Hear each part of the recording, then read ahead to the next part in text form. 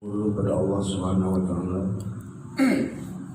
yang mana oleh Yang Mulia Rasulullah, yang mana oleh Allah yang telah melimpahkan rahmat dan karunia pada kitanya bersama, sehingga pada malam yang mulianya dengan rahmat Allah dan juga dapat berkumpul di tempat yang sangat indahnya, yakninya di masjid yang kita cintai, dalam rangka melaksanakan sebuah ibadah, baik itu menyangkut dengan salat berjamaah dan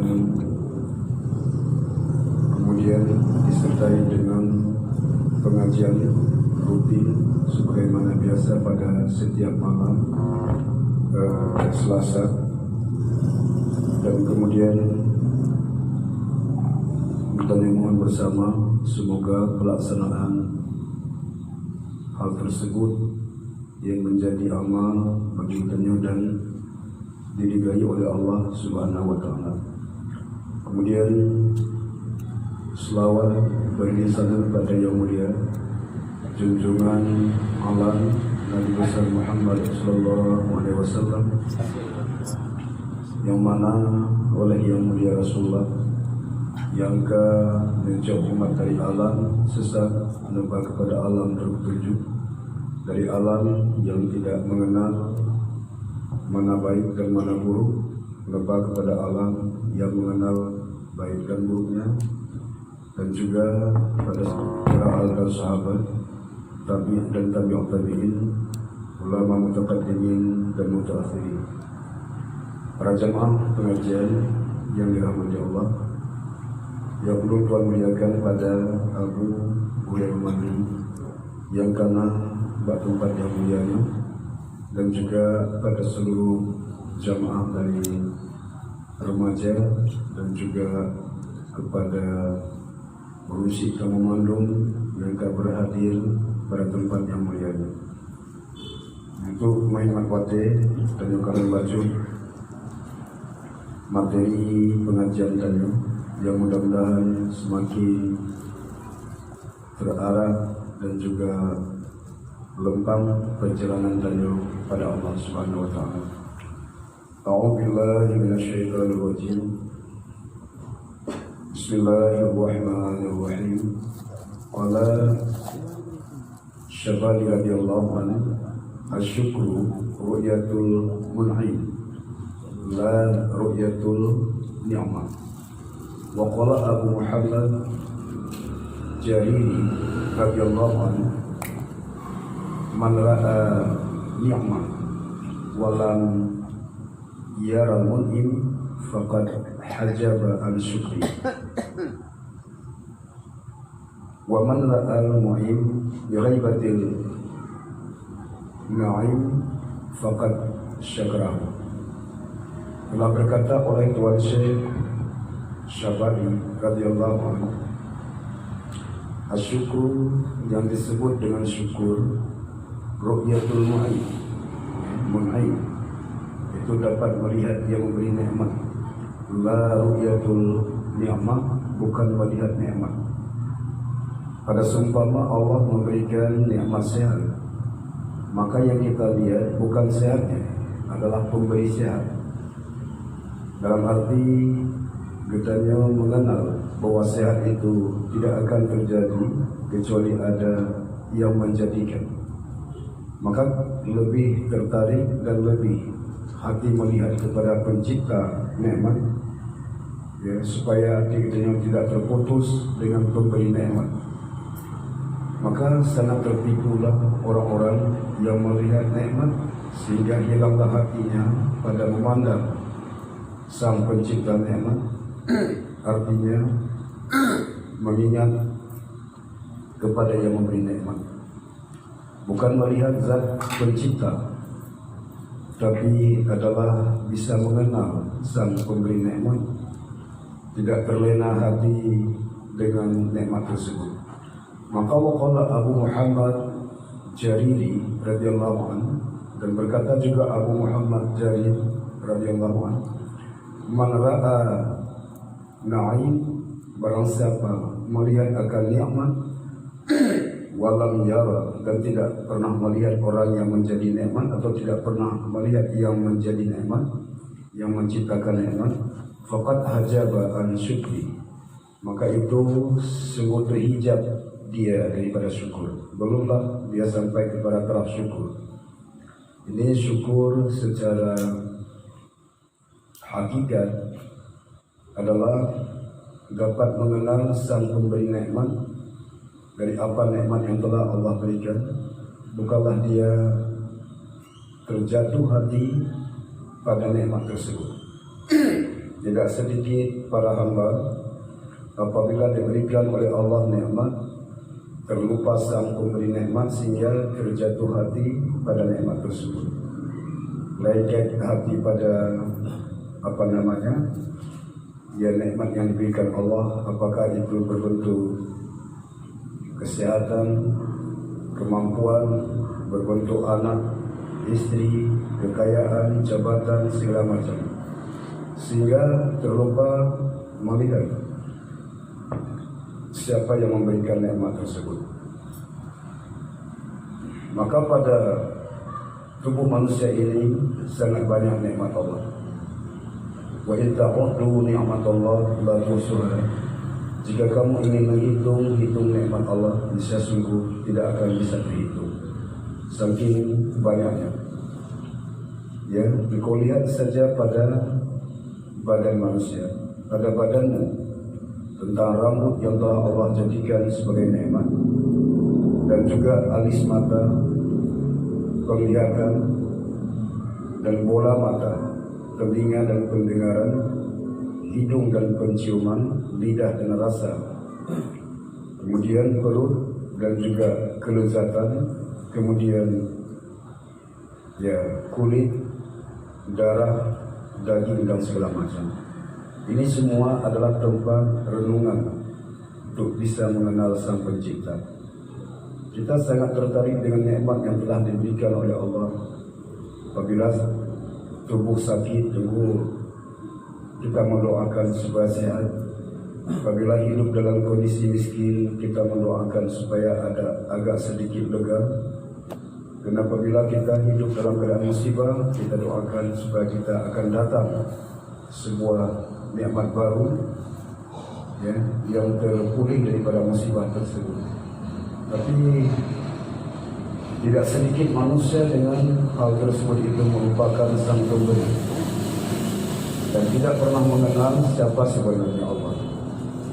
Padahal landasan awal merupakan sebuah fondasi perjalanan kita ke dunia ini adalah untuk mengenal Sang Pencipta, bukan untuk yang lain.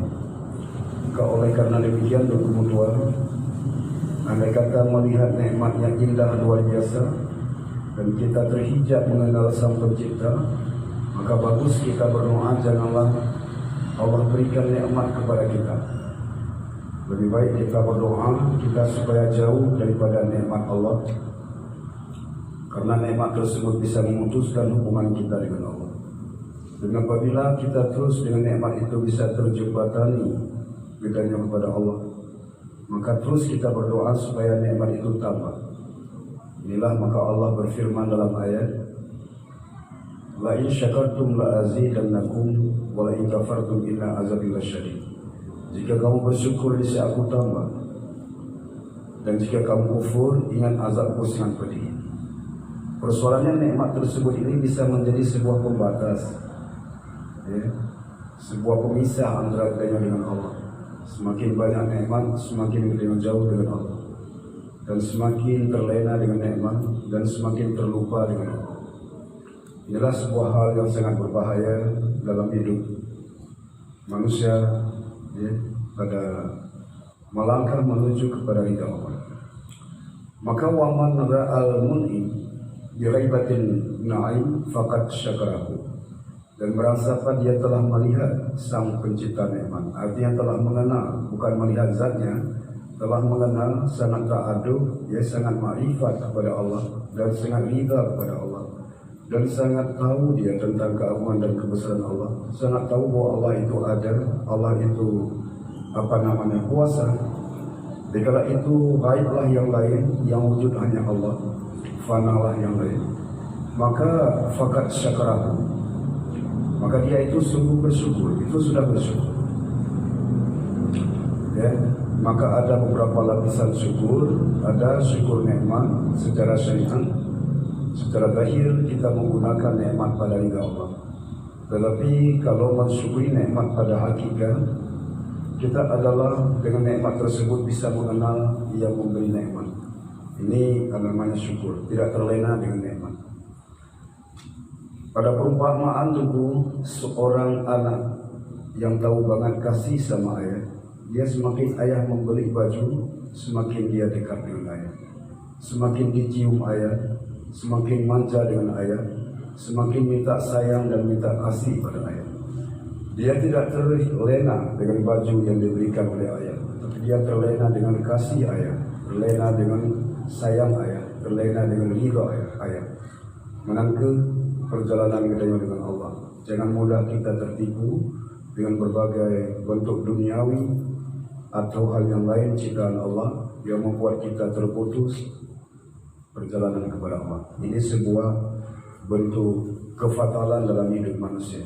Meski manusia itu berada dalam kaya, meski manusia itu berada dalam miskin, meski manusia itu alim, meski manusia itu jahil, apabila nikmatnya yang diterima dari Allah bisa terputus hubungan dia dengan Allah, ini tidak baik. Maka dalam satu penyampaian Tuan Syekh mengatakan, lebih baik engkau bergaul, berteman dengan orang jahil yang tidak dengan nafsu, daripada engkau berteman dengan orang alim yang penuh dengan nafsu. Karena engkau berteman dengan orang jahil yang tidak dengan nafsu, dia cuma tidak terimbas kejahatan dia kepadamu, cuma temannya saja. Tapi dia berteman dengan orang alim yang bernafsu, maka kejahatan nafsu orang alim itu akan membunuh dirimu, mempengaruhi dirimu, membuat dirimu juga berjalan seperti nafsu dia, sehingga terlepaslah hubunganmu dengan Allah. Ini artinya Tuan Syekh berkata dukung tua, bukan jangan menuntut ilmu, bukan jangan datang pada orang alim, bukan jangan memuliakan orang alim. Yang Tuan Syekh mengatakan di sini nafsu itu berada pada orang jahat, berada pada orang alim, berada pada orang kaya, berada pada orang miskin, sama saja.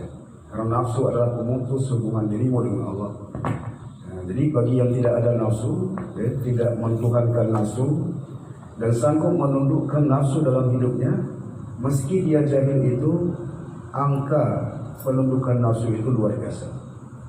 Tapi kalau tidak bisa menundukkan nafsu sehingga dia berjalan sebagaimana hawa nafsunya, meski dia alim itu berada pada jurang yang sangat hina, berada dalam lembah kehinaan dan jurang yang sangat dalam. Inilah tubuh tua lebih baik bergaul sama orang jahil yang tidak pakai nafsu, yang tidak dikalahkan oleh nafsu, yang tidak bermain dengan nafsu, yang tidak mempertuhankan nafsu, daripada kita bergaul sama orang alim yang hidup bersama nafsu. Artinya wa man ra'a mun'im bi ghaibatil na'im faqad syakarahu. Barang siapa dia telah bisa melihat yang memberi nikmat, telah bisa mengenal yang memberi nikmat, telah bisa tercapai kepada ridha yang memberi nikmat, dan telah bisa mengesahkan yang menjadikan nikmat, dan tersambung hubungan dia dengan yang menjadi nikmat, raib dia daripada berlazat-lazat dengan nikmat, fana dia berlazat dengan nikmat, maka sungguh dia telah bersyukur. Itu sudah sampai pada taraf syukur. Apa sedikit nilai iman yang telah Allah berikan kepada kita, sehingga kita bisa mengenal Allah, bisa bertauhid kepada Allah, bisa taat kepada Allah, yakin kepada Allah, kepada Rasulullah. Tapi kenapa tidak pernah syukur atas pemberi nikmat iman? Iman ada di dalam dada, keyakinan kita kepada Allah. Itu sebuah nikmat yang sangat besar. Tapi tidak sedikit orang-orang beriman ini yang mempermainkan imannya, sehingga seolah iman itu datang sendiri. Tidak ada pencipta, tidak ada pemberi, dan juga tidak ada yang pengasih. Sebenarnya nikmat itu bukan datang sendiri. Ada banyak manusia-manusia yang tidak didasari iman. Ada juga binatang-binatang mungkin yang tidak ada punya iman. Ada juga mungkin ciptaan-ciptaan Allah yang tidak Allah berikan iman. Tetapi tunggu bagi yang telah diberikan iman, mempermainkan iman sehingga dia itu tidak pernah bersyukur pada orang, yaitu pada yang memberikan iman. Ini artinya ingkar dia. Ini artinya sebuah jalan yang kecolongan dia dengan Allah. Ya, dengan iman kita bisa Tuhan mengenal Sang Pencipta. Dengan iman yakin kita kepada Sang Pencipta. Dengan iman mudah kita melaksanakan amal. Dengan iman kita yakin ada hari kiamat. Dengan iman kita yakin benar Rasulullah. Dengan iman kita yakin Allah itu Sang Pencipta. Ternyata senjata tersebut itu sudah dipudarkan.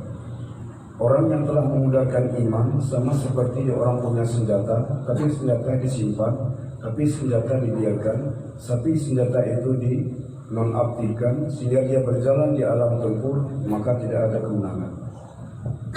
Seharusnya senjatanya jangan pernah ya kita lumpuhkan.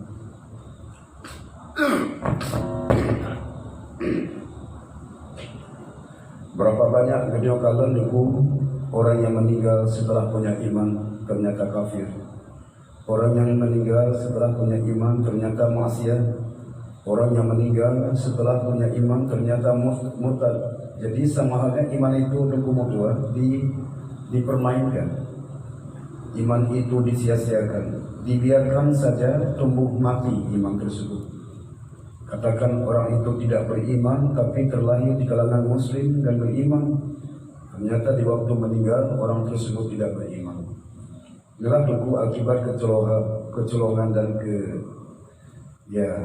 kecerobohan bedanya di dalam menghadapi dan menjalani dan bersyukur atas yang memberikan iman tersebut. Maka kami kasiran ma yastadillu Sufia di hadzal ayat ala intikai ilallah wal ghaib amma siwa. Ya, kebanyakan barang yang telah mendalilkan orang-orang sufi itu dengan ini ayat di atas memutuskan dan memutuskan dia kepada Allah dan ghaib daripada barang selain Allah. Artinya memutus kepada Allah, mereka itu berkeyakinan hakul yakin kepada Allah saja. Tidak mau lagi kepada yang lain. Wa ghaiba amma siwa, dan mereka itu ghaib dan fana kepada selain Allah. Dia telah memutuskan keputusannya untuk berangkat kepada Allah dengan mereka tidak menghiraukan apapun. Yakin benar hatinya walaupun dia berada sebagai orang kaya, orang punya jabatan, orang miskin atau orang menderita, orang mulia atau hina. Dia telah memutuskan di dalam hatinya untuk terus berjalan kepada Allah tanpa ada sedikit gangguan-gangguan. Inilah orang-orang sufi, orang-orang yang tasawuf, orang-orang yang mengenal Tuhan. Mereka telah memakukan di dalam hatinya dengan sebuah keputusan erat bahwa mereka tidak akan berangkat kepada yang lain. Mereka tetap pada Allah. Kaya mereka berada pada ridha Allah, mereka mengenal Allah. Miskin mereka berada pada ridha Allah dan mereka mengenal Allah. Hidup dan mati mereka, keputusan mereka hanya pada Allah saja. Tidak mau campur aduk kehidupan mereka, baik itu adalah kepada godaan duniawi dan ukhrawi, sehingga mereka itu tidak bisa lolos tercapai kepada ma'rifat. Maka huwa tafsirul isyarat la tafsirul ma'na lafaz. Dan inilah yang dimaksud dengan tafsir isyarat, tafsir makna. Yang bukan tafsir makna lafaz, tapi tafsir isyarat. Yang dimaksud dengan tafsir isyarat, pemahaman tentang apa yang telah dijadikan oleh Allah untuk bisa mengenal Allah. Ini tafsirnya. Makna daripada lafaz-lafaz. Jadi bukan cuma kita mengatakan la ilaha illallah, bukan cuma lafaznya saja. Kita paham makna dan tafsir, dan juga kita paham isyarat-isyarat tersebut, sehingga mutual tidak dikelabui oleh berbagai bentuk pengaruh nikmat dan ciptaan Allah, sehingga katanya bisa terbentur perjalanan kita menuju Allah. Maka pemahaman makna kalimat, pemahaman arti kalimat mungkin mudah, tapi untuk membawa isyarat-isyarat, tafsir isyarat tentang kalimat tersebut itu yang bukan sebagaimana pemahaman orang biasa, pemahaman anak kecil. Tapi kita tahu bahwa isyarat kalimat tersebut itu kemana? Yang la mawjuda illallah, tidak ada yang mawjud kecuali Allah. Tidak ada Tuhan yang mawjud kecuali Allah. Yang lain tidak ada mawjud. Tidak ada mawjud obat pada menyembuhkan manusia. Tidak ada mawjud racun pada mematikan manusia. Tidak mawjud alam sesuatu yang Allah jadikan pada memberikan kepastian dan bekas. Semua itu adalah dengan izin Allah. Oleh karena demikian, pemahaman daripada tafsir makna atau tafsir isyarat itu yang diperlukan. Bukan sekedar untuk mengenal buah mangga, bukan sekedar mengenal jeruk, bukan sekedar mengenal durian, bukan sekedar mengenal api, air dan angin, tapi dia paham kepada Sang Pencipta. Sehingga apapun yang mereka lakukan, apapun yang mereka raba, yang mereka rasa, yang mereka lihat dan yang mereka dengar, dan yang mereka sentuh dan yang mereka tahu, itu semua adalah mengenal Allah. Semua itu adalah alat mengenal Allah. Maka li'anna nuzilat fi raddi ala Yahudi haitsu qalu ma anzalallah ala basharin min syai'. Faqala lahum haqqullah ta'ala qul man anzala kitab alladzi ja'a bihi Musa.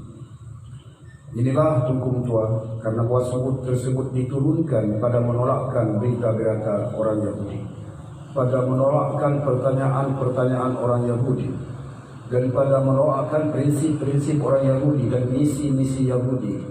Maka Allah menurunkan sebuah ayat, ma anzalallah ala basyarin min syai'. Apa yang Allah turunkan di atas manusia daripada sesuatu, itu ejekan orang Yahudi.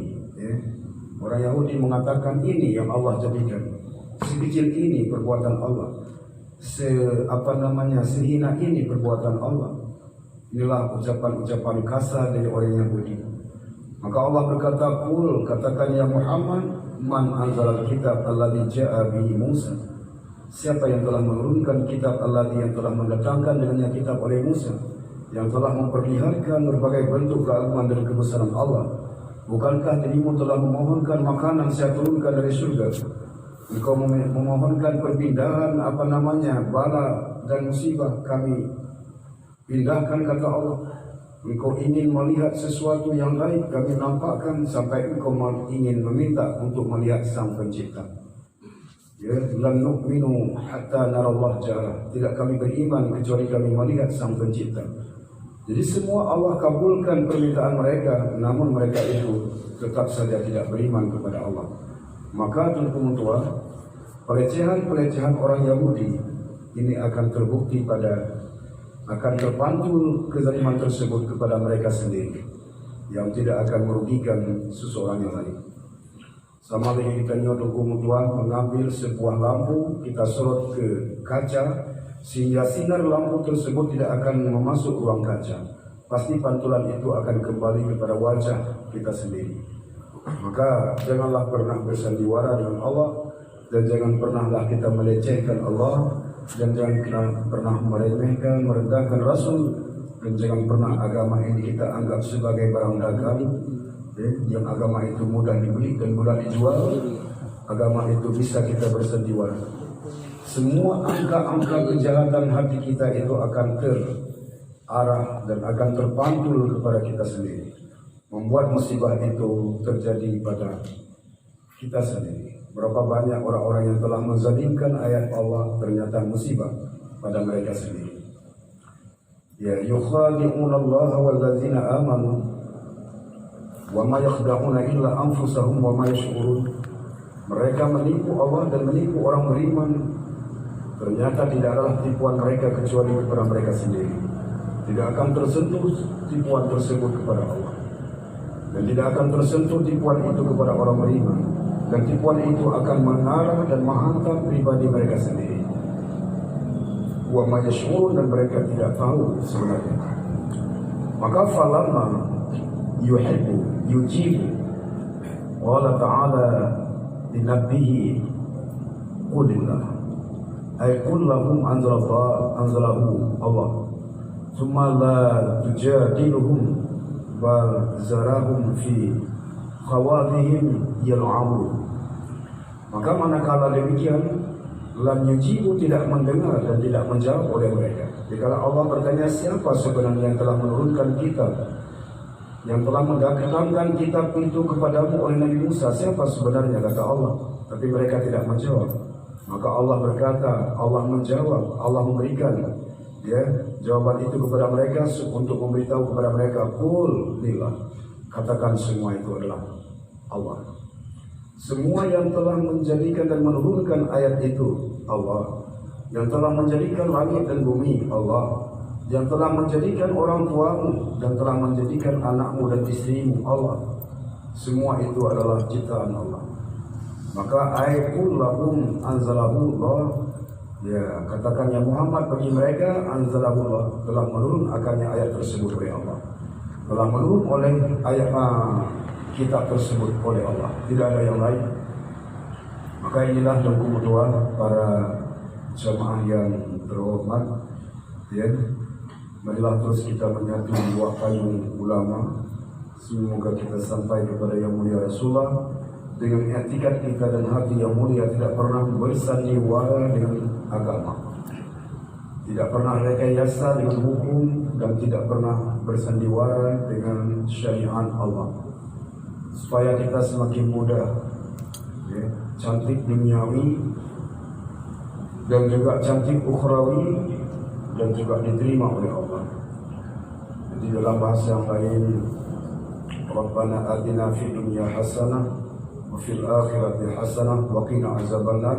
Ya Allah, berikanlah kebaikan dunia dan kebaikan akhirat, lepaskanlah kami daripada azab neraka. Jadi kebaikan dunia itu bebas daripada tipu daya dunia, dan kebaikan akhirat itu bebas daripada tipu daya akhirat, sehingga perjalanan mereka sampai kepada ridha Allah.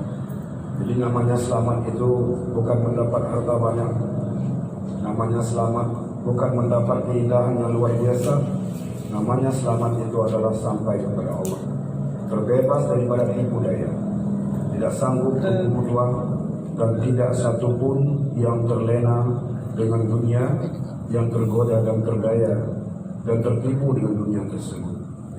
Maka oleh karena demikian, wasufiyah radhiyallahu an yaquluna zahir ala zahiri wa yaqul tabassuna isyarat khafiyah. Dan bermula orang-orang sufi itu, sufiyah radhiyallahu an, yang tetaplah mereka itu zahir di atas yang menzahirnya. Dia tidak tetap zahir di atas zahir, tapi tetap zahir di atas yang menzahirkan. Dia tetap memandang mata kepada yang menjadikan mata. Dia tetap memandang telinga kepada yang menjadikan telinga. Dia memandang tubuh kepada yang menjadikan tubuh. Bukanlah mata pandang pada zahir, tapi kepada yang menzahirkan. Yang menzahirkan dia siapa? Yang menjadikan dia siapa? Yang membuat dia bisa bergerak dari alam satu ke alam yang lain itu siapa? Yang memberikan dia itu bisa tenang hidup siapa? Yang memberikan rezeki siapa? Jadi yang telah menzahirkan kehidupan mereka itu ada yang menzahirkan. Kita sudah sedemikian rupa adanya tentu, tapi yang menjadikan kita sedemikian rupa itu ada. Maka orang-orang sufi itu adalah sangat tetaplah pendirian mereka zahir di atas yang menzahir, bukan tetap pendirian pada zahir tersebut. Saya punya anak, lalu pendirian saya punya pada anak, tapi pendirian yang benar adalah pada yang menjadikan anak tersebut. Saya punya rumah, maka kecintaan saya dan kerinduan tetap pada rumah. Ini salah, yang benar adalah kepada yang menjadikan rumah. Saya lihat wajah rapi, saya lihat mata ayu dan hidung mancung. Ini semuanya sebuah ciptaan, ada yang mencipta hal tersebut. Jadi keterpakuan hati pada yang mencipta nikmat itu, inilah yang disebut dengan syukur. Syukur jangan pernah terpaku hati pada nikmat, tapi terpaku hati pada yang menjadikan nikmat. Alhamdulillah ya Allah, saya telah melihat wajah begitu indah di kaca ya Allah. Tidak mungkin wajah indah seperti itu kecuali ada yang menjadikan indah. Ada yang menjadikan wajah, ada yang menjadikan warna, ada yang menjadikan bentuk, dan ada yang menjadikan melestarikan wajah itu bisa berfungsi. Tidak lain kecuali dirimu ya Allah. Inilah hukum dua. Ya, peraduan hati kepada mengenal Allah disebut ma'rifat. Ya, tetap hati pada mengenal Allah itu hati-hati yang ma'rifat, hati-hati yang mengenal Allah, hati-hati yang bertauhid, dan hati-hati yang menerima Allah, dan hati itu ridha kepada Allah. Maka tidak ada tugas yang lebih mulia kecuali tugas menghajarkan hatinya terus supaya dia cinta kepada Allah. Apabila hatinya dibiarkan saja untuk cinta kepada nafsu, kasih kepada dunia, dan kasih kepada ciptaan Tuhan, maka terlupalah kasih kepada Allah. Terlupalah kasih kepada Allah, terlupalah rindu kepada Allah, terlupalah manja dan sayang kepada Allah. Maka manusia yang sangat mulia itu manusia-manusia yang menghajarkan hatinya. Dia hantam terus hatinya, dia hajarkan hatinya supaya dia cinta kepada Allah, supaya hati itu mau cinta kepada Allah, supaya hati itu mau kasih kepada Allah, supaya hati itu mau rindu kepada Allah. Tidaklah hati itu manja dengan dunia. Tapi dan hukum tua sering merawat, mengontrol apa yang kita suka. Tetapi hati yang kita abaikan, ternyata hati itu adalah Baitullah, dan yang Allah di situ, yang dari Allah di situ, yang Allah kasih di situ. Maka ulun yang mengajar dan menghajar hatinya sampai hati itu babak belur, ya, sehingga hati itu bisa menerima Tuhan. Inilah hati yang mulia, dan itulah tugas-tugas yang sangat indah. Maka hukum Tuhan, ya, la ya'riful maqsuduhum ghayra. Tidak ada mengenal mereka itu tujuan mereka selain daripada Allah. Tidak pernah mereka kenal tujuan selain daripada Allah. Yang mereka kenal tujuan adalah kepada Allah. Jadi ilahi anta maksudi. Hanya Allah lah yang saya maksud, dirimu ya Allah yang saya cari, yang saya maksud, ridhamu yang saya cari. Saya tidak pernah mengenal maksud yang lain. Saya tidak pernah mencari yang lain. Hidup dan matiku, dalam sukses dan gagal, dalam sembuh dan sakit, dalam musibah dan kemenangan, semua yang saya cari adalah ridhamu. Jadi la ya'rafu maqsuduhum ghairahu. Tidak pernah aku kenal maksudku ya Allah kecuali dirimu. Tidak pernah aku kenal maksudku yang lain, hanya dirimu saja. Maka lidzalika raddu alaihim ba'dul mufassirina haitsu la ya'raf qasdahu. Dan bagi demikian itu menolak di atas mereka akan sebagian mufassirin, orang-orang yang menafsir, para ahli tafsir, sehingga mereka tidak pernah mengenal akan kasat mereka. Tidak ada sesuatu yang saya tahu di hati saya kecuali hanya Allah. Tidak ada yang aku tuju sesuatu di dalam hati kecuali hanya Allah. Tidak ada aku cari sesuatu di dalam hati kecuali ridha Allah. Hatiku tidak pernah mengenal yang lain kecuali hanya Sang Pencipta saja. Inilah langkah-langkah orang sangat luar biasa di dalam menempuhkan jalan hidup mereka dunia dan akhirat. Ya.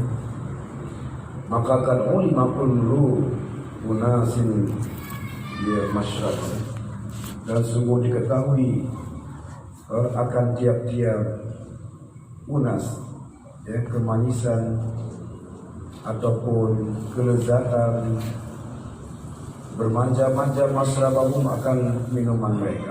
Mereka tahu sendiri minumannya yang mana dicari. Ya, sungguh diketahui, ya, diberitahu akan tiap-tiap minuman yang mereka mau. Itu minuman mereka sendiri, makanan mereka sendiri, makanan iman mana, makanan hati mana, makanan akal manusia mana, dan makanan sebenarnya pakaian iman itu yang mana. Mereka tahu makanan sendiri. Kalau hukum tua, yang kemenangan duniawi, nafsu segala macam itu bukan makanannya iman. Kemanjaan, kelezatan dengan ciptaan Tuhan, dengan nikmat itu bukan makanan iman. Tapi makanan iman itu adalah yang terpaku pandang pada Sang Pencipta, rindu hati kepada Allah. Wa ridhaka marhum. Jadi Biadakan orang Aceh tidak sedikit Dukung Mutua yang telah melupakan adat mereka sendiri, yang telah melupakan cara mereka sendiri, yang telah melupakan tata krama mereka sendiri, yang telah melupakan makanan mereka sendiri, yang telah melupakan kebiasaan mereka sendiri. Ulun jamun ulun Aceh Dukung Mutua terpaku pandang pada Punan dengan gunung adat bakpo ilmu hukum Asia Kuala. Mereka itu kalau istilah adat itu telah tertera di sana kian. Dalam kanunnya itu pada raja-raja yang podo merubung bagaimana cara turun ke sawah, bagaimana cara segala-gala. Dan sedangkan hukum itu ada pada Syekh Kuala para ulama. Begitu cara makannya orang Aceh, begitu cara hidupnya orang Aceh, begitu secara berpakaiannya orang Aceh. Tapi orang Aceh Dukung Mutua di akhir zaman berpakaian dengan pakaian-pakaian yang lain. Ya seolah Dukung Mutua rambut perang dengan pergaulan perempuan dan lelaki 20 jam 3 malam naik bonceng di kereta itu sebuah kebiasaan. Itu bukan makanannya orang Aceh. Seolah duduk di warung Dukung Mutua ya, dalam keadaan minum bareng di sana. Ya, dengan muda-mudi itu seolahnya sudah hal biasa. Itu bukan makanannya orang Aceh. Kemudian kita iakan yang dari budaya-budaya non-muslim itu bukan makanan orang Aceh. Maka Aceh merupakan negara superpower nomor 5 dunia masa dulu sewaktu Iskandar Muda. Yang ditakutkan, yang menonjol di sana bukan kekayaan emasnya saja, tapi adalah akrab peraturan perundang-undangan yang mendekat ini dengan Allah. Itu yang sangat ditakutkan oleh bangsa luar. Sehingga Dukung Mutua menjadi belah cara kasar negara yang sangat berkesan dengan Aceh itu Arab Saudi. Negara yang sangat berkesan dengan Aceh Yaman Yasrib. Dan negara yang sangat berkesan dengan Aceh Dukung Mutua Turki. Yang sangat berkesan dengan Aceh Dukung Mutua Mesir. Kenapa mereka yang berkesan? Memang Iskandar Muda itu Dukung Mutua luar biasa, keadilan, kejujuran, ketangkasan dan ketegasan dalam membawa hamba-hamba menuju Allah. Inilah yang sangat ditakutkan oleh bangsa luar. Sehingga Aceh disebut dengan negara nomor 5 superpower dunia pada masa itu. Nah, kejap Dukung Mutua sebenarnya orang Aceh tahu makanannya sendiri pada waktu itu. Tapi sekarang Dukung Mutua banyak orang-orang kita seolah itu syirk sudah menjadi sebuah kewajiban atau permainan yang tidak ada apa-apanya, biasa-biasa saja. Padahal itu sebuah pelanggaran besar dari Allah. Terjadi di sana kelalaian luar biasa, ada judi, di sana ada hantam-hantaman, pencurian dan segala macam. Sehingga kelalaian sampai terlupa anak istri di rumah. Dan juga makanan-makanan kita orang Aceh bukan perangnya rambut, bukan juga kereta-kereta tempuh dengan knalpot yang bolong, bukan juga menunjuk orang tua pakai gigi, bukan juga menendang syariat Allah. Dukung Mutua sampai tidak pernah tahu dia masjid berada di mana. Nyoban Dukung budaya-budaya yang berlaku sekarang. Jadi disebut di sini kamu tahu pakaian imanmu, kamu tahu minuman imanmu, kamu tahu makanan imanmu, kamu tahu kemauan imanmu. Tapi kat ulima kullu unasim masyrabahu. Sungguhlah ya, diketahui dan dimaklumkan akan tiap-tiap unasim. Ya, itu yang melezatkan akan minuman mereka. Sudah tahu semua. Ya, man. Zikir itu makanan ruh. Kalau disebut Dukung Mutua ya. Nah, siapa namanya Dukung Ustaz Ilham Arifin itu mengatakan bahwa makanan yang sangat berprotein kepada hati zikir, bukan dengki ya, bukan dendam, bukan iri, bukan cinta dunia, tapi makanan yang sangat berprotein bagi hati itulah zikir. Zikir yang mengenal Tuhan, bukan asal sebut, tapi dia cukup paham di tingkat 50. Sekali dia menyebut Allah gemetar dadanya. Inilah zikir yang sangat berprotein, makanan bagi zikir, bagi hati.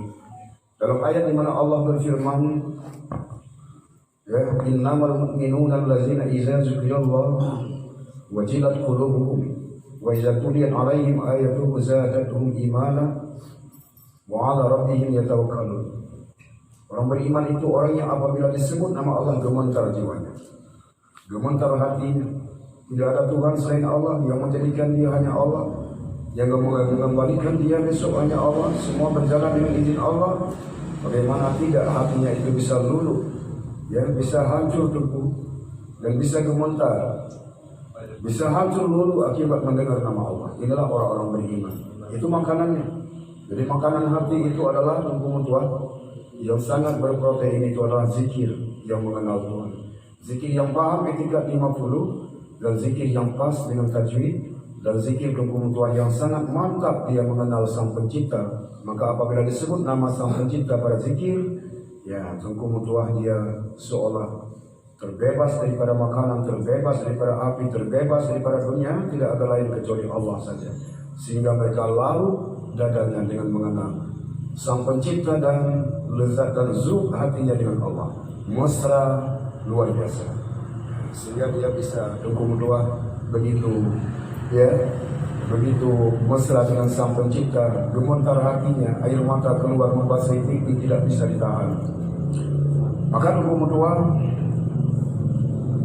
kalau ini merupakan makanan zikir, kalau ini merupakan makanan hati zikir, kenapa kita cari makanan yang lain? Jadi dendam, cinta dunia, hasud, iri, kesombongan, ria, takabur, segala macam bukan makanan yang hati. Seolah dari Tuhan membiarkan hati berjalan pada real nafsu sehingga hati itu meraba kemana-mana, itu sudah oke, itu sudah benar. Ternyata tidak sama sekali. Bagaimanapun kejamnya Fir'aun berakhir, ya, di ujung kegagalan, di ujung, ya, kehancuran. Bagaimanapun hebatnya Zamrud juga dia berakhir di ujung kehancuran. Bagaimanapun hebatnya Kianos, dia akan berakhir di ujung kehancuran. Dan tidak sedikit pemimpin-pemimpin zalim pada masa itu berakhir di dalam bunuh diri dan mengancam diri dan meracun diri dan Tuhan menzalimi diri, menyakiti diri. Inilah Tuhan, ya, berikanlah makan yang sekenyang mungkin pada ruhmu, pada hatimu dengan engkau mengenal Tuhan, dan sebutlah Tuhan selalu. Makanan yang paling berprotein pada hati itu tidak lain kecuali zikir yang mengenal Sang Pencipta. Jadi Hakikat 50 begini.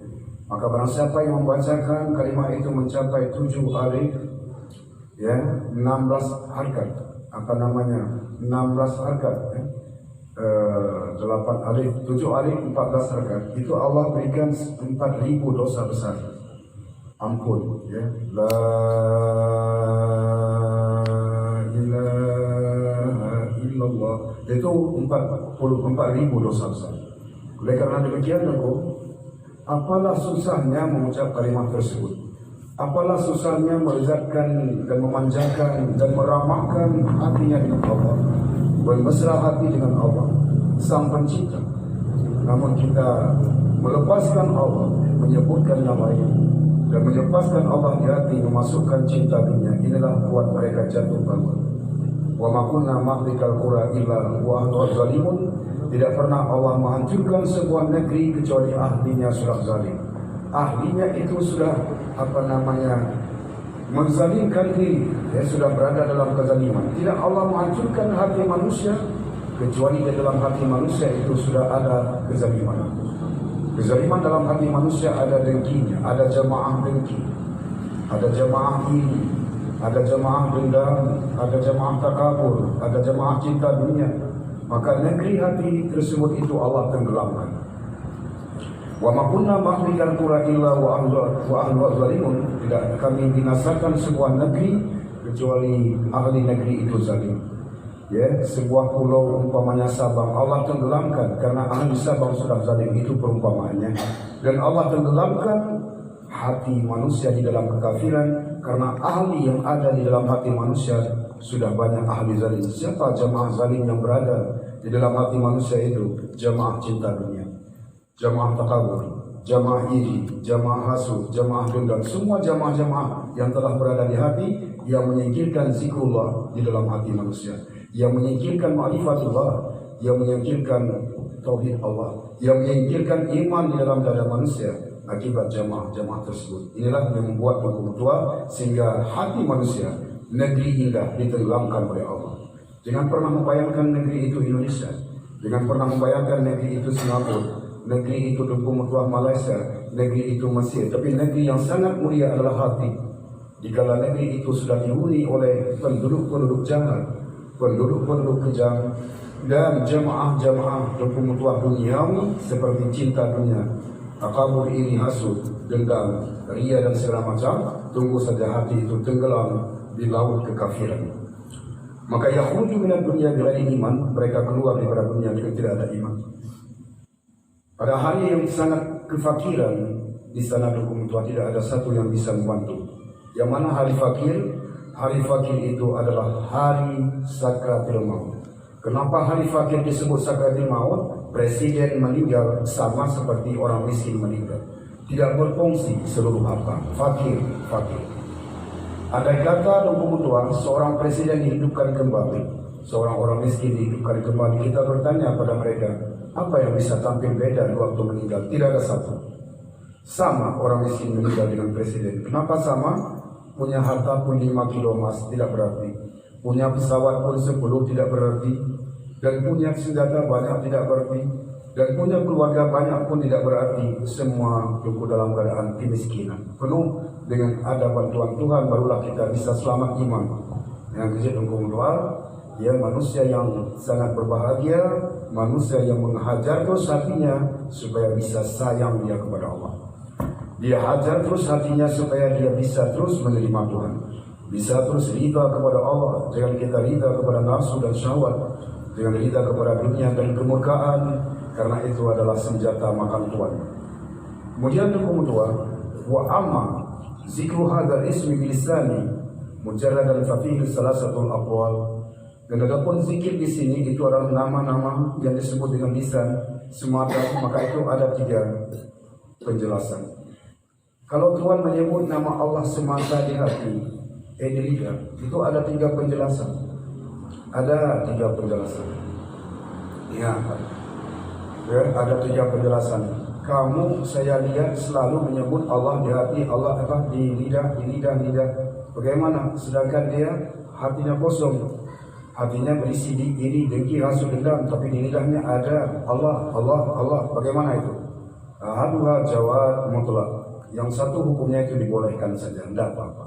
Dia sebut nama Allah baik kalau di hatinya kosong.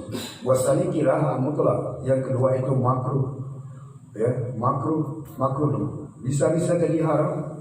Kenapa dulu dengan ucapan Bismillah di lidah dia bisa tertipu orang lain? Karena dia membuangkan Allah di lidah dengan busuk, dengan maksud hatinya busuk kepada orang lain. Sebut Subhanallah, nyolongnya tidak pernah pray. Ya, sebut Alhamdulillah, tangannya menyentuh perempuan lain supaya mereka mempercayai dia. Dia sebut nama Allah pada lidah dengan tujuan dia sukses kejahatan pada batinnya. Ini sampai haram menyebut nama Allah. Kita berwaspadalah pada semata menyebut Allah di lidah, kosong di hati. Yang satu tidak ada maksud apa-apa, cuma dia menyebut Allah saja di hati, di lidah, tapi di hati tidak ada maksud apa-apa dulu. Itu sah-sah saja, harus hukumnya. Ya, kalaupun, nah inilah. Tapi kalau dia ada punya tujuan jahat tertentu, dia sebut nama Allah di lidah supaya orang percaya ke dia, ini hukumnya haram. Lebih baik dengan sebut nama Allah, kerjakan terus keharaman itu, supaya jangan mengkujuakan Allah, tidak tertipu orang lain. Kamu ingin melaksanakan curian, ingin nolong punya orang, kata salam itu sangat mendalam, subhanallah hebat. Ternyata masuk ke belakang itu lagi orang kosong. Orang percaya karena kamu masuk ke WC katanya ingin buang air kecil, ternyata bawa lari debu isi yang ada di laci. Ini orang percaya karena ada Bismillah di lidah. Bagaimana orang menyebut nama Bismillah tersebut? Itu adalah Tunku Mutuah. Dia menyimpulkan nama Allah di tempat haram. Itu hukumnya haram.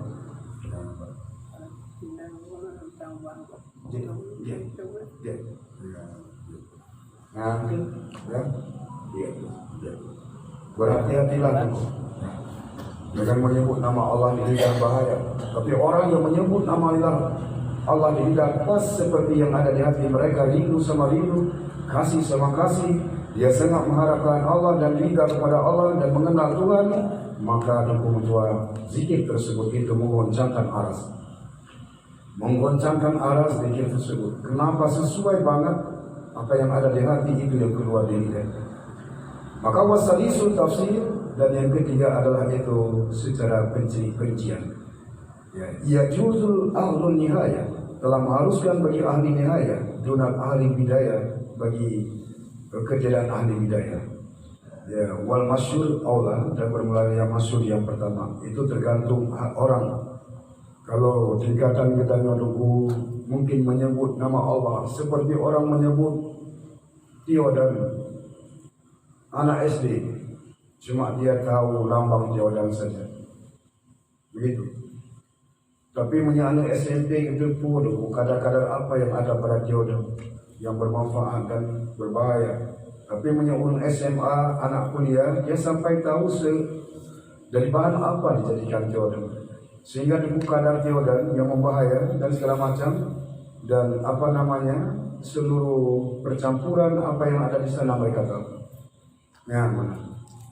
Kita menyebut nama Allah hanya sebatas nama, tapi Abu Yamudawali dia sangat mesra dengan Allah. Begitu menyebut nama Allah, dia paham banget tentang makrifat Allah. Begitu lezat yang luar biasa.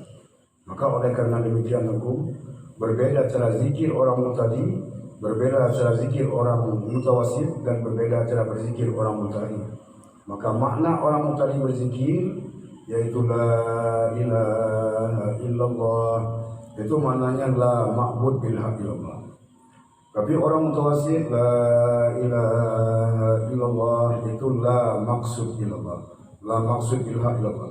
Tapi orang muntahi la ilaha illallah itu la mawjud bil haq illallah.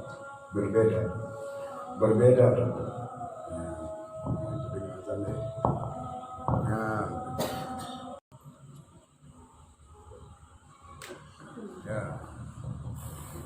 Nah itu yang disebut dengan syukur, ya, terpaku pandang pada Sang Pencipta, bukan terpaku pandang pada nikmat tersebut.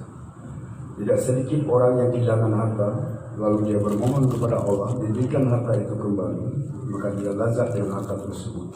Hilanglah pemikiran, hati, ingatan, segala macam kepada Sang Pencipta, maka tidaklah disebut dengan mereka itu bersyukur. Jadi bersyukur tidaklah cukup dengan menyebutkan Alhamdulillah. Pada zahir saja ternyata perbuatan pada benda tersebut pada tidak ridha Allah, dan hati pun lalai daripada mengenal Sang Pencipta. Inilah dua. Kemudian ya,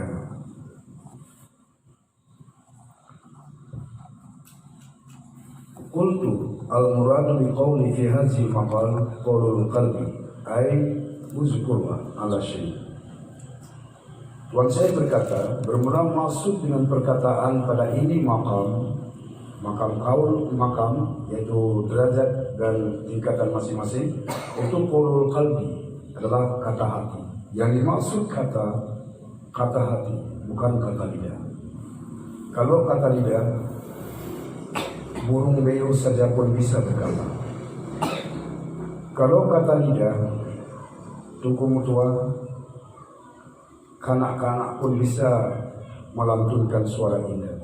Tapi yang dimaksud dalam ilmu ini adalah kata hati.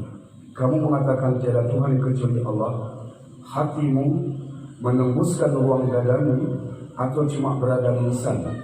Kalau cuma berada di lisanmu, ruang dadamu tidak tembus, maka perbuatanmu tidak berubah. Maka sangat sedikit, sangat kecil, ya, manfaat atau makna yang engkau datangkan. Nah, inilah hukum Tuhan. Ya. Bukan arti berdosa orang menyebut nama Allah tidak berdosa, tapi sangatlah hikmah dan manfaat yang tidak diperoleh. Tidak sedikit orang berzikir, dikala sama dia, dikala tahlil, ya, dikala ada yang mengunjung orang sakit dan orang meninggal, berzikir luar biasa. lalu dia makan, cuci tangan, balik, yang berzikir, yang perbuatan biasa, dan perbuatan zahirnya, kejamnya masih saja terlakukan. Dan apa yang tersampai kepada almarhum yang berada di kubur. Inilah hukum dua, ucapan lidah itu disertai ucapan hati. Yang awal terima ucapan hatinya. Ucapan lidah itu baik, lebih baik ucapan lidah itu berstandar hati. Kalau hati semakin pudar dengan apa yang diucap, maka manfaat dan hikmah itu tidak ada. Jadi di dalam satu penyampaian Tuan saya berkata, Tuan saya syarah, yaitu al-muradu biqauli fi hadzal maqam al-qaulul qalbi, dan bermaksud dengan perkataan pada ini makam itulah qaulul qalbi, perkataan hati, bukan perkataan lidah. Ayatnya uzkurullah ala ya, ingatlah Allah di atas sesuatu semuanya. Tafana, yang engkau fanakan sesuatu dan tidak kekal illa maulah, kecuali Allah. Maka hatimu memandang gunung Sirna, gunung yang dapat adalah kebesaran Tuhan di sana. Allah yang ada, Allah yang wujud, Allah yang kaya, Allah yang kuasa, Allah yang mulia. Itu yang engkau dapat tanda-tanda keagungan Allah pada gunung. Sirnalah gunung itu, fanalah gunung itu. Engkau melihat wajah anak, sirnalah anak, fanalah anak. Nampaklah keindahan, nampaklah kemuliaan, nampaklah keagungan, kebesaran Sang Pencipta anak. Kalau kamu terlena dengan wajah anakmu, terlepaslah terlena kepada Sang Pencipta. Maka kata hatimu, indah anak itu tidak diterima oleh Allah. Karena terlepas tidak, kata lidahmu, indah anak tidak diterima oleh Allah. Alhamdulillah kepada Allah telah menjadikan anak tersebut tidak sampai kepada Allah karena hatimu bersandiwara. Maka kelezatan jiwamu bersama Allah, engkau kenal Allah pada keindahan wajah anakmu, itulah yang diterima oleh Allah. Maka sumaterakan nas fi wahmihim yal'abun, kemudian untuk meninggalkan oleh manusia pada waham mereka itu yal'abuna, yang mereka bermain-main terus. Ya, mana mereka tinggalkan pada waham mereka. Ya, kemudian meninggalkan oleh manusia pada waham mereka yang bermain-main. Ya, setelah mereka berlezat-lezat dengan Allah, mereka mengenal Allah, melihat wajah anaknya, semua nampak kebesaran Tuhan, mereka tinggallah semua hal permainan padanya. Enggak nampak lagi keindahan anak tersebut, ya, pandai anak, cerdas, enggak nampak. Semua itu adalah permainan. Yang nampak dia lihat adalah keagungan Sang Pencipta. Yang membuat anak manja, menekan dari namanya. Ilona 4 tahun tinggal di Amerika. Tak bisa fasih bahasanya Amerika. Sudah punya akal, punya cara menulis, punya cara menerima, punya cara belajar. 4 tahun di Amerika tidak fasih bahasa Amerika. Anak bayi usia 4 tahun pasti bahasa ibunya. Tidak pernah ada pakai pulpen, tidak pernah lupa dia pakai laptop, tidak pernah lupa dia belajar. Tapi cuma dia dengar-dengar saja pasti bahasa orang tuanya usia 4 tahun. Ini lupa siapa yang membuat itu? Dia tinggal di Amerika 4 tahun belum tentu pasti bahasa Amerika. Tapi anak yang dilahirkan itu tidak usah bawa pulpen, tidak usah bawa buku, tidak usah bikin pelajaran khusus, dia tahu bahasa ibu. Inilah sang pengajarnya Allah, sang petunjuk Allah, sang memberi paham itu Allah, sang pemberi hidayah itu Allah, sang penjaga anak tersebut dan pendidik anak tersebut, itu semua dengan izin Allah. Lihatlah keberadaan pada anakmu, engkau kenal sang penjadi anak, siapa dia? Maka disebut di Sinode Hukum Tua, semua untuk nas, kemudian meninggalkan oleh manusia, semua atrakan nas, kemudian meninggalkan oleh manusia pada waham mereka, yal'abun.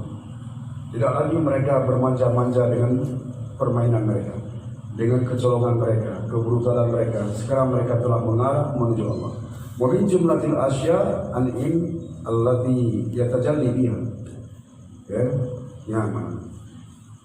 Dan sebagian daripada jumlah sesuatu ciptaan Allah nikmat itu allati, sesuatu tempat memandang Allah, sesuatu tempat melihat keagungan dan kebesaran Allah. Faiza dzakarallahu alaihi ghaba fi syuhudihim anha, maka apabila telah menyebut oleh mereka akan Allah, telah mengingat oleh mereka akan Allah di atas sesuatu, niscaya fanalah mereka pada melihat sesuatu.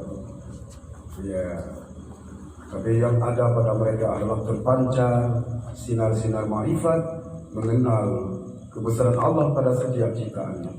Nyongken mengenal zat Allah. Apabila nekalan matahari itu zat Allah, nekalan laut itu zat Allah, nekalan gunung itu zat Allah. Bukan begitu.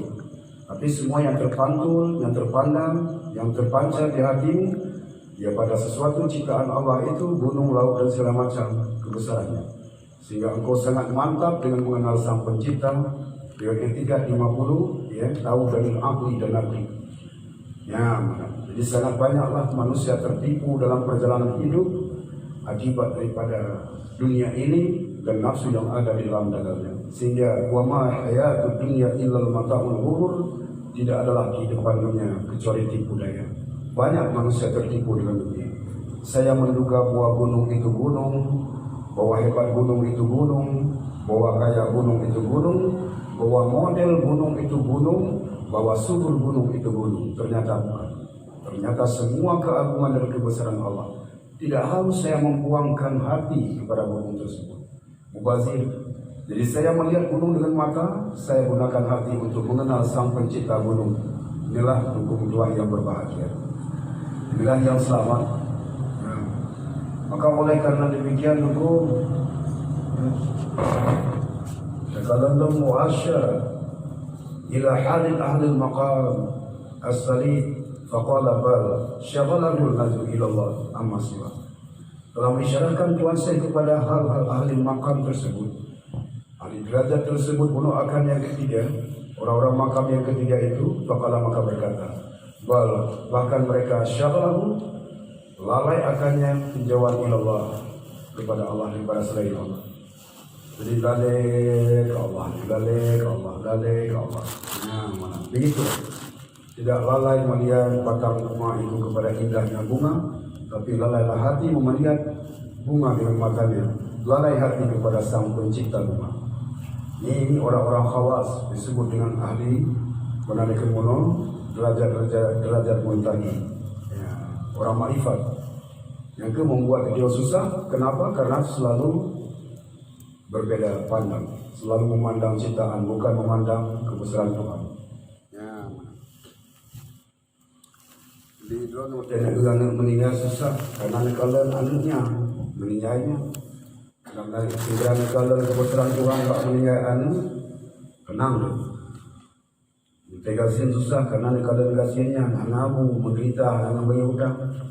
Sehingga dikala bagasinya keagungan kebesaran Tuhan yang dapat mengantar dirimu mengenal Allah, jembatan kepada Ghafar Allah, jembatan kepada Hadi Allah, jembatan kepada Rahman dan Rahim Allah. Semua itu adalah merupakan ladang untuk mengenal Sang Pencipta.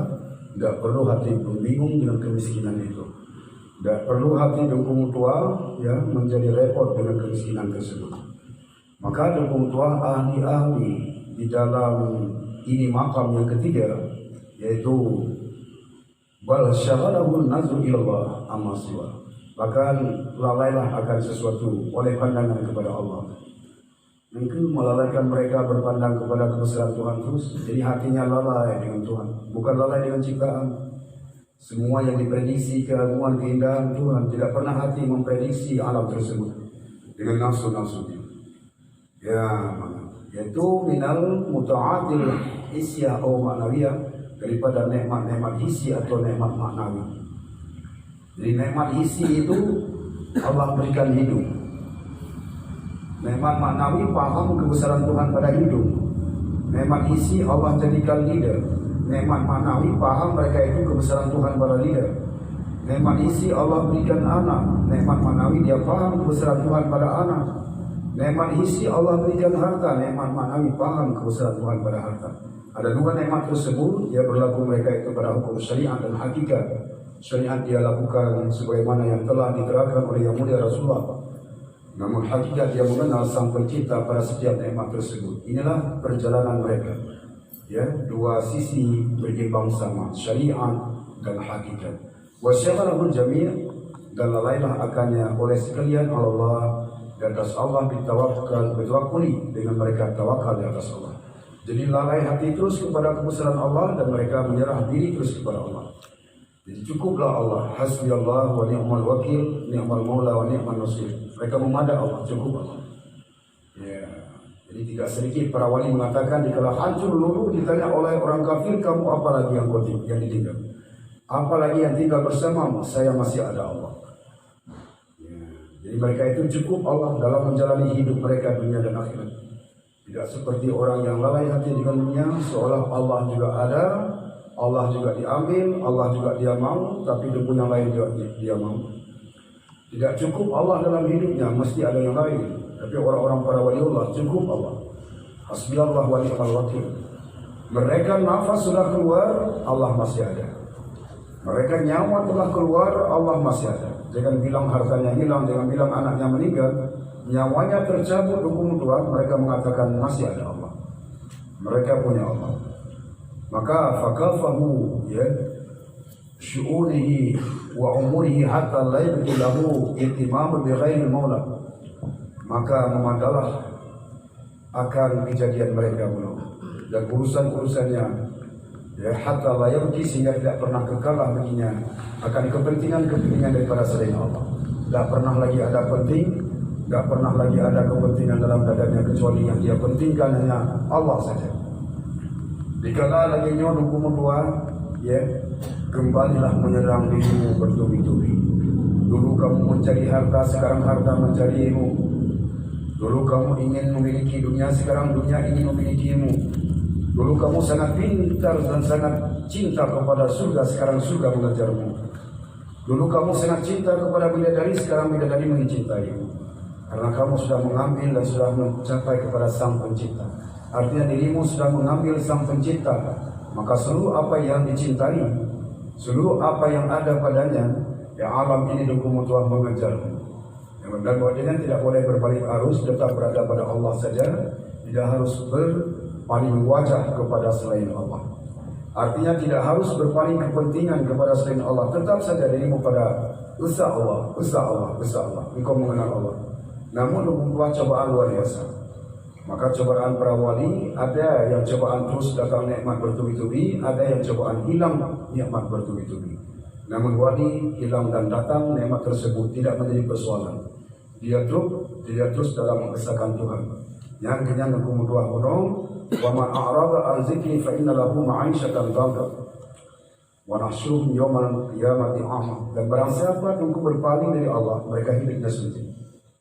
Kalau dirimu masih berpaku pandang kepada Allah, hanya Allah yang wujud, tidak sekali-kali hati berpaling daripada Allah kepada dunia yang fana ini, tidak akan pernah ada rasa sempit dunia dan akhirat. Kenapa kita merasa sempit? Allah mengatakan dirimu telah berpindah paling, telah berpindah wajah, telah berpindah hati, telah berpindah keyakinan dan keperluan hidupmu kepada selainmu. Inilah membuat dirimu terancam hidup terus dunia dan akhirat. Andai kata masih dirimu memabukkan hati padaku, tetap saja uzkurni azkurku. Engkau mengingatku, aku ingatmu. Engkau sayang padaku, aku sayang padamu. Dan engkau menyebutku, aku menyebutmu, aku menyebutmu. Engkau mohon ampun kepadaku, aku ampuni dosamu.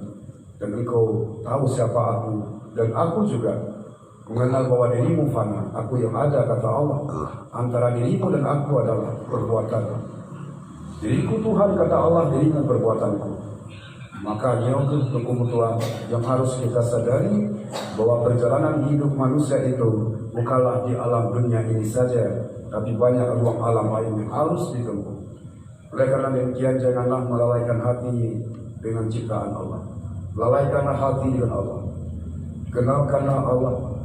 Maka hajarkan terus hati itu supaya dia sayang, jadi sayang kepada Allah, jadi rindu kepada Allah, jadi kasih kepada Allah. Maka hukum Tuhan bal aghna'ahu bihi 'amma siwa fala yashhadu illa iyyahu. Maka mereka itu kayalah dengan Allah, ya, kaya dengan Allah daripada barang selainnya. Maka tidak pernah dia melihat kepada kecuali Allah, tidak pernah dia lihat kepada yang lain kecuali kepada Allah. Maka tidak ada cinta sesuatu selain daripada Allah, tidak ada kasih dalam hatinya kecuali kepada Allah, tidak ada harap di hatinya kecuali kepada Allah, tidak ada yang wujud di hatinya kecuali Allah, dan tidak pernah hati berpaling daripada Sang Pencipta. Inilah bentuk keagungan dan kehebatan pada posisi adat zikir, pada posisi adat kita syukur, dan tidak serakah kepada dunia. Inilah kehebatannya. Yang kecil itu para wali Allah berjejak Allah tidak pernah dia bingung. Kenapa? Karena dia pakukan hati terus pada Allah. Suka atau duka, senang atau susah, sembuh atau sakit, apapun peristiwa yang dia alami, tidak pernah dia meninggalkan Allah di hati. Sertakanlah Allah dalam hidupmu, sertakanlah Allah dalam makanmu, sertakanlah Allah dalam tidurmu, sertakanlah Allah dalam perjalananmu, sertakanlah Allah di dalam hidupmu, sertakanlah Allah dalam matimu. Allah tidak pernah mengingkari janji. Tapi kita yang 22 sering melepaskan Allah. Dikala kaya kita lepaskan Allah, dikala miskin kita lepaskan Allah, mau makan kita lepaskan Allah, dulu bujang dia lepaskan Allah, terkala dia punya istri pun dia lepaskan Allah, hidup dan matinya terus dia melepaskan Allah. Ini bukti sebagai dukung mutuah, bukti mentah. Itu ciri-ciri orang hidup susah dunia dan akhirat. Tapi para wali tidak pernah melepaskan Allah, disertakan Allah terus dalam perjalanannya. Maka dikala digempur oleh orang-orang non-muslim, dia syahid di medan tempur bersama Allah. Apa makna syahid bersama Allah? Tidak pernah ada wujud yang lain. Tidak pernah ada wujud senjata, ada wujud bom nuklir, ada wujud pesawat tempur. Semua yang membuat dia kembali kepada Allah itu Allah, bukan senjata, bukan bom nuklir, bukan pesawat tempur. Bila hukum mutlak orang tahu siapa Allah, dia bertauhid kepada Allah, dia mengenal Allah dalam hidupnya dan matinya. Inna sholati lillah wa nusuki lillah wa mahyaya lillah wa mamati lillah. Jangan lillah. Inni wajjahtu wajhiya lillazi fataras samawati wal ardh. Sesungguhnya aku hadapkan wajahku, aku hadapkan jiwaku, aku hadapkan hatiku kepada Sang Pencipta langit dan bumi. Sangatlah tidak pantas bagi seorang hamba meninggalkan Sang Pencipta. Dia suka kepada barang yang dicipta oleh Allah tapi benci kepada Pencipta. Sangat tidak wajar dan sangat tidak senonoh dan sangat tidak logis. Kenapa manusia itu selalu berpaku pandang kepada Pencipta? Oleh karena demikian, inilah hukum dua, ya, perjalanan kita malamnya, ya, materi kita pada bahwa syukur itu yang sangat bermakna, zikir yang sangat bermakna, kasih ke Allah yang sangat bermakna, sifat serakah itu yang sangat keji, dan sifat dendam iri yang sangat jelek. Kita sama-sama menjaga, ya. Tahuilah bahwa alam menangis dengan izin Allah selama hampir 2 bulan berturut-turut. Ternyata para habaib kembali kepada Allah. Hampir dukung tuan beberapa ulama besar Indonesia ini kembali. Jangankan air mata manusia turun, air langit juga turun, tidak pernah henti-hentinya. Dalam ayat alam disebut dukung mutul alim, mutul alam. Jadi kembalinya para waliullah kepada Allah, para ulama kepada Allah, maka matilah alam.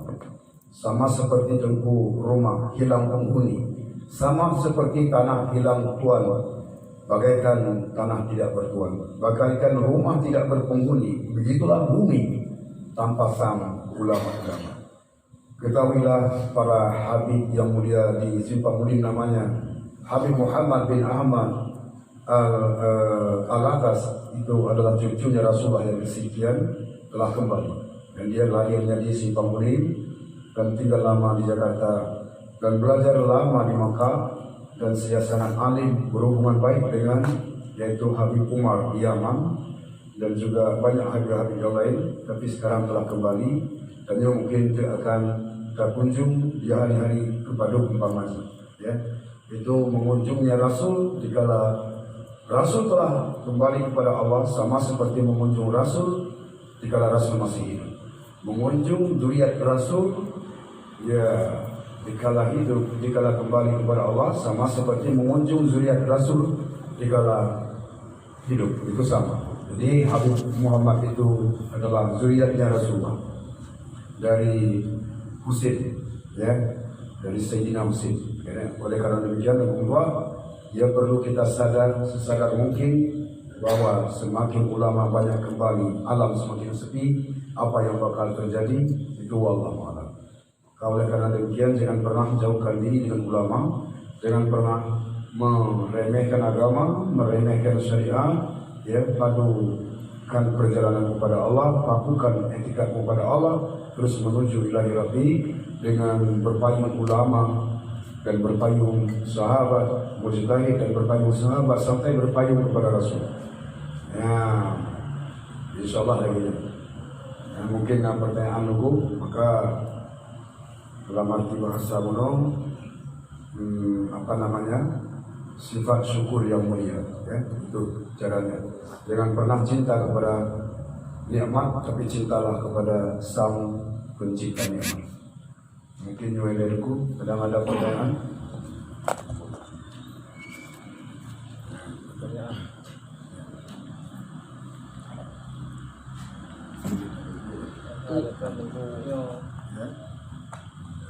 Ya, cik.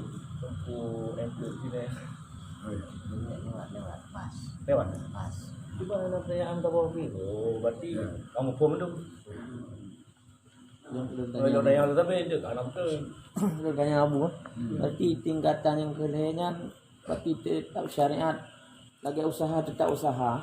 Tetap usaha. Tapi walaupun langkah warame berarti tetap biasa. Tapi seakan-akan ya jino orang kahan ada usaha. Boleh. Jangan lepaskan syariat, jangan lepaskan hakikat. Dan menjaga hakikat ini tinggal ukuran ilmu. Ubat dan ubat ini kemudian semayang menapi ahli kayak mantap-mantap, bukan begitu. Bukan begitu. Syariat sebagaimana Rasulullah, dia Allah Rasulullah. Bagaimana hakikatnya Rasulullah, bagaimana syariatnya Rasulullah, bagaimana tasawufnya Rasulullah, bagaimana ma'rifatnya Rasulullah, itulah perjalanannya. Rasul dan tua di dalam keadaan bertempur, Rasul terjun medan tempur. Meski Rasul tidak pernah membunuh seseorang. Rasul juga cari nafkah, Rasul juga ibadah sampai membengkak kakinya dengkulnya lagi. Tapi hakikatnya Rasulullah dengkul tua bahwa la maujuda ilallah, Rasul sangat kenal Allah. Tidak ada satu petir yang bisa mematikan manusia. Tidak ada segelas air yang bisa menghilangkan kedahgaan manusia. Semua itu berjalan dengan izin Allah. Itu Rasul paling tahu. Maka dukun jangan tinggalkan Rasul, langkah menuju Allah. Itulah fatrumnya yang merupakan acuan. Cina kaitan dengan jadi Bancara tanya karena galak ke dunia, sementara dunia ini adalah jembatan menuju akhirat. Karena dunia berarti tanya tidak mungkin untuk mencapai akhirat. Ya. Ketika kita mengasingkan dunia, inilah tanya untuk tabah dunia. Ya. Apakah kita termasuk orang yang beruntung? Mesti le tabah dunianya hana tak berindah ibadah katanya kepada Allah, ya, dan hana tak bermesra-mesra katanya kepada Allah. Ya. Gimana? Perbedaannya seperti kotoran lembu. Apabila orang gadis dan cantik rumah hebat melihat serekan tai lembu, kotoran lembu di halaman, pasti dia marah. Tapi kalau tai lembu itu, kotoran lembu itu diambil oleh petani jadi, malah menyenangkan. Terserah Tuhan mengartikan dunia ini untuk kesuburan nafsu, ini yang sangat dilarang. Kalau dunia ini merupakan alat mengenal Tuhan, memang itu yang diajukan. Aku jadikan sesuatu tempat engkau mengenalku. Nah, sekarang itu mengarah kemana pandangan dunia? Hati mengarah kemana? Pada keresahan Tuhan, pada mengenal Tuhan, pada bisa melihat kebesaran Tuhan, keagungan Tuhan, dan dunia ini merupakan jembatan menuju Tuhan, silakan. Tapi dunia ini semakin menggeledak, semakin meluas, membengkak, semakin kita tertutup kepada Allah. Ini mengambil dunia dengan nafsunya, bukan mengambil dunia dengan marifatnya. Ini yang salah. Anak dunia, boleh saya dunia ini, saya juga dunia kata Rasul, tapi saya tidak ada dunia. Dunia tidak ada padaku. Yang ada padaku hanya memandang keagungan Allah. Dunia ini sebagai jembatan menuju Allah. Dunia ini tempat marifatku menuju Allah, bukan dunia kutuhankan. Dan juga banyak mentuhankan dunia. Man ahabba syai' kana lahu abadahu. Ya, pada saat dia cinta kepada sesuatu, maka dia telah memperhambakan ini pada sesuatu, dia jadi budak, sesuatu itu jadi Tuhan.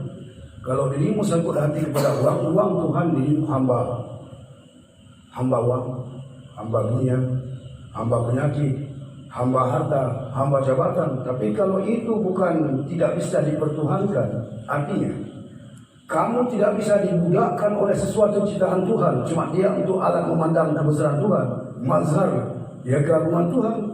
Maka dirimu masih bertuhan kepada Allah. Itu kan cuma mazhar ciptaan Allah, kebesarannya saja. Dirimu tidak berpindah Tuhan. Tuhan tetap Allah. Sekarang hukum Tuhan begitu datang nikmat berpindah Tuhan. Dulu dia bertuhan ke Allah, sekarang dia bertuhan kepada harta. Maka kesuburan nafsu hukum Tuhan dengan ciptaan Allah ini yang disebut dengan tinggalkan dunia. Jadi bukan tinggal dunia harus bakar rumah, ada mobil yang masukkan ke sungai, ada anak bunuh, ada umat ya dilemparkan ke laut, tidak demikian. Hatimu bersihkan daripada dunia itu. Jangan jadikan dia Tuhan. Apabila engkau pandang anak, pandanglah keagungan Tuhan supaya engkau bisa mengenal Tuhan pencipta anak. Anak itu nikmatnya Tuhan, anak itu ciptaannya Tuhan. Kalau dirimu bermesra bermanja dengan anak, tidak bisa melihat keagungan Tuhan pada anak, kemesraan Tuhan, ya maka engkau pertuhankan anakmu dan engkau lepaskan Allah sebagai Tuhan, ini yang berbahaya. Tapi jika dirimu memandang wajah anak, nampak keagungan Tuhan, engkau bisa mengenal Tuhan, terlepas anak dari hatimu, tetap kamu berpaku hati pada Allah. Ini yang luar biasa. Anak di tangan tetap ada, anak di rumah tetap ada, lepas di hati. Sekarang yang banyak orang tua sulit melepaskan di hati. Meskipun di rumah sudah lewat, di rumah sudah pergi, ditendang-tendang, di hati masih lengket. Kalaulah dunia lengket ke hati, engkau bertuhan dengan dunia tersebut. Yang kedua, anak di dunia walasa dunia mimpi, saya berada di dunia tapi dunia tidak ada padaku. Itu Rasul. Mana orang tua? Ya. Kita kalian kita baca sejarah Ya. yang kakak masa-masa Nabi. Orang ku kaya-kaya, miskin mandung sampai tinggal pak masjid-masjid. Lupa je hubungannya, jadi berjuang lebih Ya. Tapi jino manda kalian bana ilmu ban hebat, rumah lebih raya-raya dan harta lebih lele. Jadi yang kenyan perjuangan sungguh minyak dapat kiranya kerle kepentingan kalau rumah melebihi-lebihi dan harta melebihi-lebihi. Ya. Padahal perjuangan Nabi bahkan orang yang paling kaya kasih mandu Ya. sampai gebah hartanya. Maki bantu fudi nama dia. Itu semua tergantung niat, nama amal niat. Kalau memang dia harta menjadi jembatan menuju Allah, silakan saja. Ya. Itu Ibu Abdurrahman bin Auf, kalau dicabut uangnya daripada Baitul Arab Saudi, barangkali mangkrut Arab. Sampai sekarang yang paling kaya di kalangan Muslim, di kalangan sahabat, yang pertama Utsman, yang kedua Abdurrahman bin Auf. Dan Khadijah luar biasa, itu saudara paling kaya, habis hartanya. Abdurrahman bin Auf sampai sekarang itu masih ada. Itu di Baitul Mal. Tapi dia peruntukan semuanya, tidak dimasukkan ke hati, ke Islam semuanya, bukan ke hati. Dan yang nama tahu dia malam, dulunya tak pernah bangun jam 3 malam, bersolat tahajud. Tapi sekarang bangun jam 3 malam, dia sentuh mobilnya, wah ini cantik, begini. Kata malaikat, sebelum kamu punya mobil, mati tak pernah bangun jam 3 malam. Begitu kamu punya mobil, bangun jam 3 malam. Mobilnya penuh di dalam. Yang punya mobil, yang punya langit, Allah tidak pernah ada di dalam. Ini yang berbahaya. Nggak salah ulama kaya, nggak salah. Nggak salah ulama kasih, nggak salah. Yang salahnya apa? Tergantung niat dia. Kalau kaya menjadi jembatan pemutus, jembatan amruk dia dengan Allah, ya jangankan ulama, jangankan siapapun dia akan terlepas Allah. Maka Allah mengatakan pada yang mulia Nabi Allah Daud, kalau dirimu cinta kepadaku, lepaskan dunia di hatimu. Itu saja Allah berfirman. Menyebutnya gimana? Kalau dirimu cinta kepadaku, lepaskan dunia di hatimu. Dan kalau cinta kepada dunia, lepaskan aku di hatimu. Jangan kau kumpul antara aku dan dunia di hatimu yang satu. Nah, ya. Kalau persoalan umur luas, tidak harus ada harta, mungkin harta menjadi penghambat, tidak semuanya penghambat. Nabiullah Sulaiman juga luar biasa. Abdurrahman bin Auf juga luar biasa. Yang mulia Nabiullah Ibrahim sampai kibasnya 12.000 anjing yang mengontrol kibas. Satu anjing sanggup mengawal 12.000 kibas. Jadi 12.000 kali 12.000 berapa banyak jumlah ternaknya. Tapi tidak pernah sedikit pun tinggal Allah, tidak pernah sedikit pun ada hartanya di hati. Ya. Tapi yang miskin pun macam masita, tidak pernah ada penderitaan di hati sedikit pun, yang ada hanya Allah. Bukan seperti kita. Si Uro tadi ikut, si Uro Anabu mengeluh luar biasa, masuk penderitaan itu ke hati, terlepas sang pencipta. Maka para waliullah itu sama ada datang nikmat atau hilang nikmat tidak berpengaruh. Tetap Allah saja. Waliullah apabila datang nikmat sama seperti Abu Rubin datang anak keleleng, datang anak buli. Datang anak buli ke dia dan hilangnya anak buli tak berpengaruh hatinya Abu Rubin. Begitulah para waliullah tentang dunia ini. Dan yang menyalahi anak ke, yang menyalahi anak ke, menyana motor ke, mumpuk motor ke. Sana berpengaruhlah tentang nikmat Allah dalam keadaan terlepaslah sang pencipta. Inilah yang membuat tenggelam, timbul tenggelam. Persoalan terserah persoalan dia punya harta atau tidak. Yang penting niat dia ada sama Allah tidak. Apakah niat dia dituhankan suatu tersebut? Oh tidak. Rupanya dituhankan, enggak perlu ada mobil, enggak harus ada mobil, sepeda saja cukup, sandal jepit saja cukup. Kalau dia menuhankan ciptaan Tuhan, sandal jepit saja sudah cukup, enggak perlu harus mobil. Tidak sedikit orang miskin itu yang menderita akibat kemiskinan, dia mengeluh sehingga dia lepaskan Allah. Ada banyak. Dan mungkin gara-gara kaya atau monoloka, tidak sedikit juga orang-orang miskin karena dia penderitaannya sangat mengeluh sehingga lepaskan sang pencipta. Itu banyak. Maka oleh karenanya bagaimana aku miskin atau kaya, senang atau susah, sakit atau sembuh, jangan lepaskan Tuhan. Jangan kau masukkan sesuatu ke dalam dadamu kecuali Allah saja.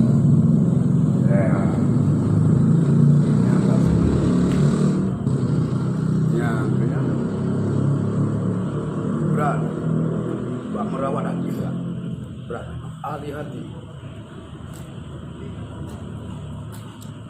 Jangan pula macam itu doa. Ahli guru banyak, ahli hati yang sedikit. Ahli guru banyak. Kalau bisa mengajar sampai dia berkali berdunia, sampai dia menjadi profesor berkelas dunia, sampai dia menjadi guru besar dunia, dosen senior, itu guru. Tapi ahli hati yang sangat sedikit.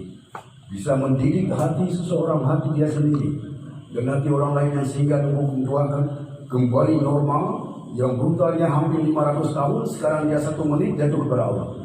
Sebagaimana yang mulia Nabiullah Sayyidina Umar. Itu ahli hati yang mendidik. Nah, ada banyak perampok-perampok besar yang sekarang telah kembali. Itu ahli hati. Ini ahli guru banyak.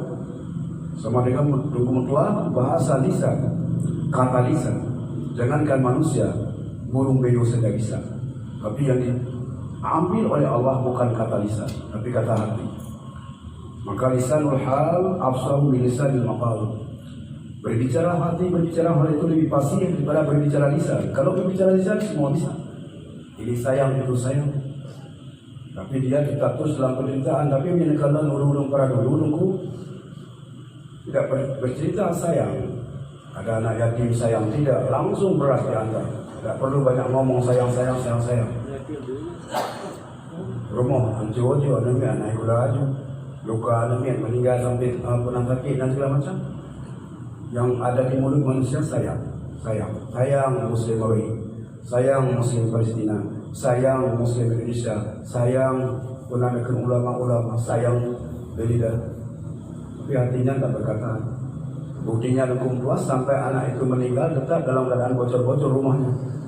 Jadi al-sahul lisanul hal, al-sahul lisanul maqal, berbicara hal itu lebih pasif daripada berbicara lidah. Yang kawan. Dan yang lainnya kadang mana? Sayang cepat, sayang abu, sayang masih, sayang ayawat. Tapi ayawat sampai meninggal lagi mana? Belai mengantau rumah, rumah mesti nak dipang nama tu. Belai negara baju dia mana, mau berang kau mesti nanai. Ada 1000 orang mengatakan sayang.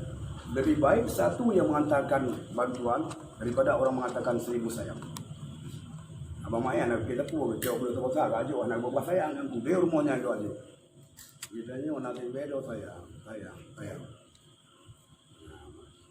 Menalah yang dimaksud dalam ilmu hikam bahwa bahasa lisan tidak ada apa-apa. Burung beo pun bisa ngomong. Tapi yang dimaksud bahasa hati. Yang kamar ini. Baca lemah dan cakap kesimpulan langkah Pak Habib.